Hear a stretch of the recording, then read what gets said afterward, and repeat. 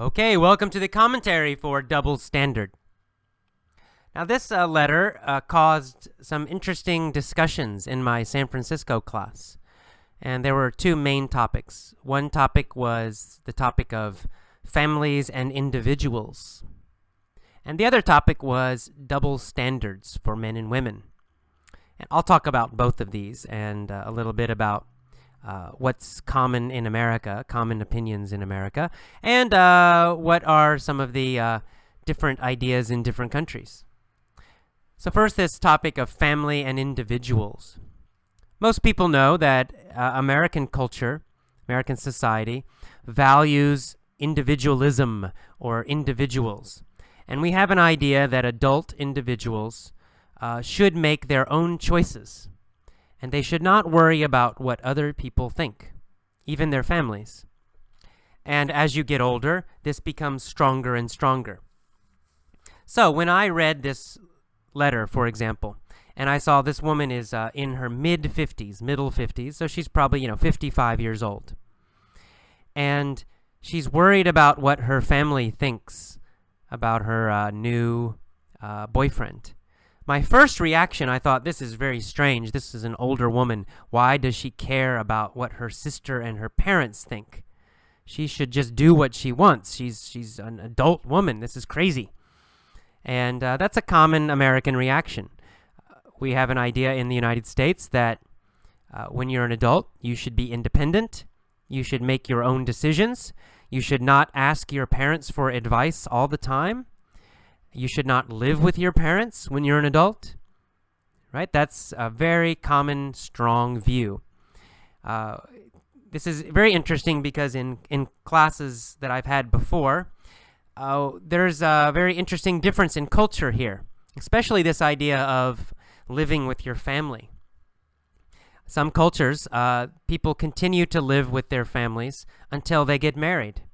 So if they're 30 and they're not married, they still live with their parents. If they're 35 and they're not married, they're still living with their parents, and that's normal. And which is fine. There's not a right or wrong answer here, not better or worse, but it is a big difference. In the United States, that is seen as very negative. There's a strong feeling that you should not live with your parents when you're an adult. So, for example, in my own life, I went to university when I was 18.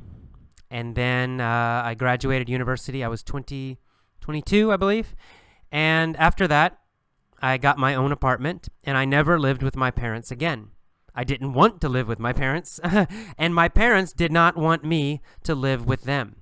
If I had asked them, can I live with you, they would not have been happy. They would not have liked that. They would think there was something wrong with me. I can't support myself. I can't get my own job. I'm not independent. That's not good. So, and for me, I wouldn't like it because I don't want to live with my parents, and I'm an adult. I don't want them telling me what to do or anything like that. So it's on both sides. Both the children and the parents have this idea that when you're an adult, you leave home and you should be independent and should make your own decisions. But I've met students from other countries who say it's very normal to live with their families until they're married. And in some cultures, even after they get married, the couple will go and live with one of the families, the husband's family or the wife's family. And that's considered normal. So in these cultures, family and the family's opinion continues to be important even when they're adults. So maybe some of you listen to this article, you think, oh, this sounds normal.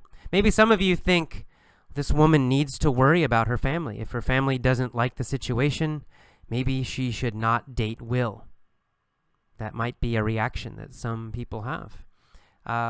However, Abby's answer is probably the normal answer most Americans would give, which is stop worrying about your family's opinion. Don't be a people pleaser. Do what you want. All right. Next, the issue of double standards. This was the second topic we discussed in my San Francisco class. And the double standards refers to men and women and the fact that there are double standards for men and women when dating. If a man dates a lot of women, it's often no problem. People don't criticize him. In fact, sometimes they think, hey, he's a cool guy. Look at all those girlfriends he has. This is great. What a good guy. And in some cultures, this double standard is very strong, right? Men can date a lot of women and people think it's good. On the other hand, if a woman dates a lot of men, then she's bad. She's a bad girl. And people criticize her and people don't like it. And that's clearly a double standard, right? That's the definition of double standard. Two different rules for the same situation. If a man does something, it's okay. If a woman does it, it's not okay. And in my class, there were clear double standards for most cultures. Stronger in some countries, weaker in other countries.